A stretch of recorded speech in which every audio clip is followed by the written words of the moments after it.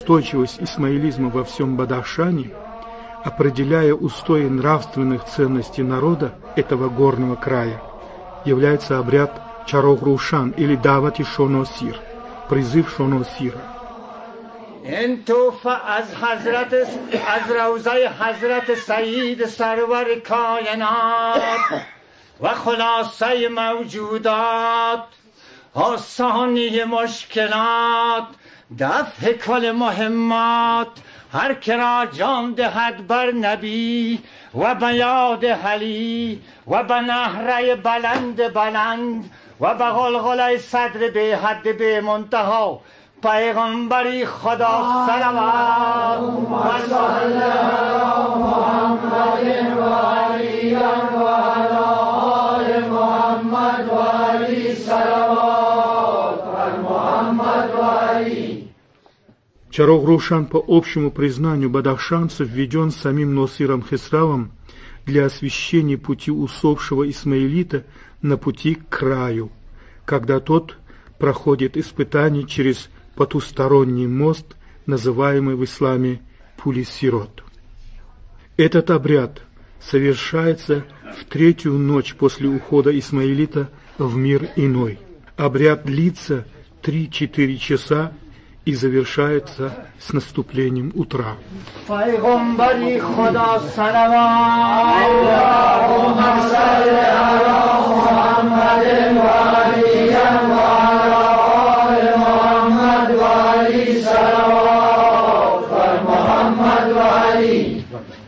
Чарог-Рушан состоит из следующих священнодействий: резание барана, изготовление фитиля для светильника, пение чарогнома специального текста, посвященного этому обряду, прославление пророка Мухаммада и Али, отдание почестей светильнику, песнопение маддохони, славословие, употребление специальной пищи, называемой бодж.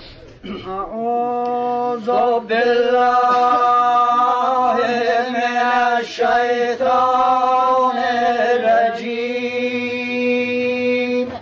بسم الله الرحمن الرحيم وقل الحمد لله الذي لم يتخذ ولدا ولم يكن له شريك في الملك ولم يكن له ولي من الذل وكبره تكبيرا. قندیل چراغ مصطفی را آن نور خدای والضحی را پیوسته بخوان تو این دعا را. اللهم صل على محمد وعلي وعلى آل محمد وعلي صلوات بر محمد وعلي.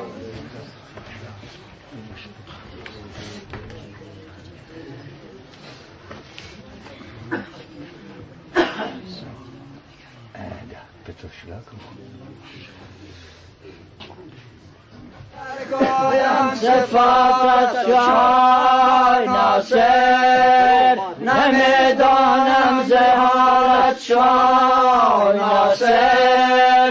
اگر گویم که مرد کار بودی فزون از مرد کار شاه ناصر. همه شاه ستاده بردری تو پیری رهنمایی شاه ناصر. تو از اولاد پاک مصطفی که میخوانم کلامت شاه ناصر. بریده با زبانی جمله بدگوی به حق روزگارت شاه ناصر. پیغمبر خدا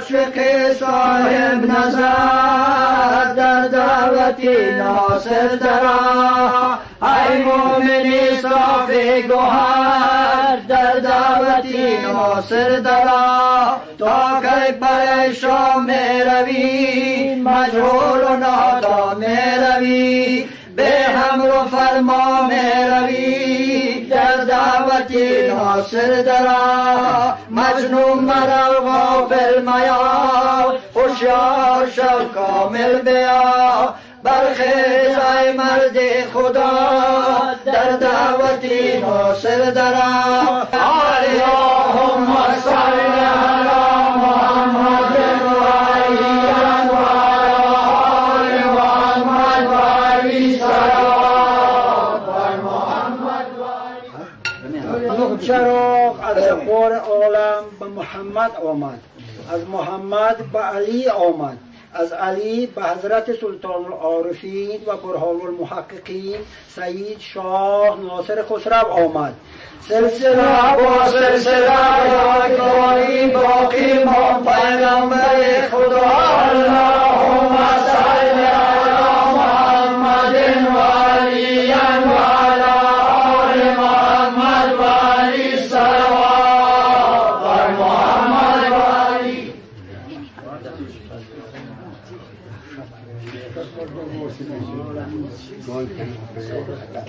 پیغمبری خدا اللهم صل علی محمد و علی و علی آل محمد و علی صلوات بر محمد و علی. Смысл Чарогрушана многозначен и глубок.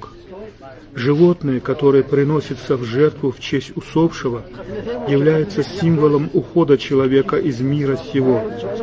Пламя светильника есть символ его духа, а фитиль – тело.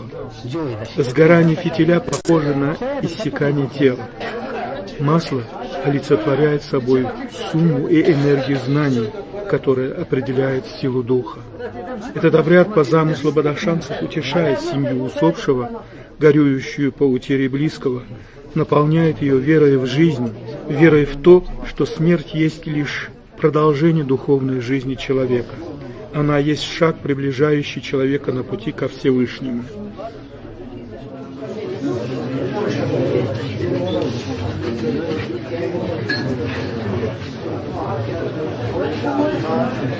همکنون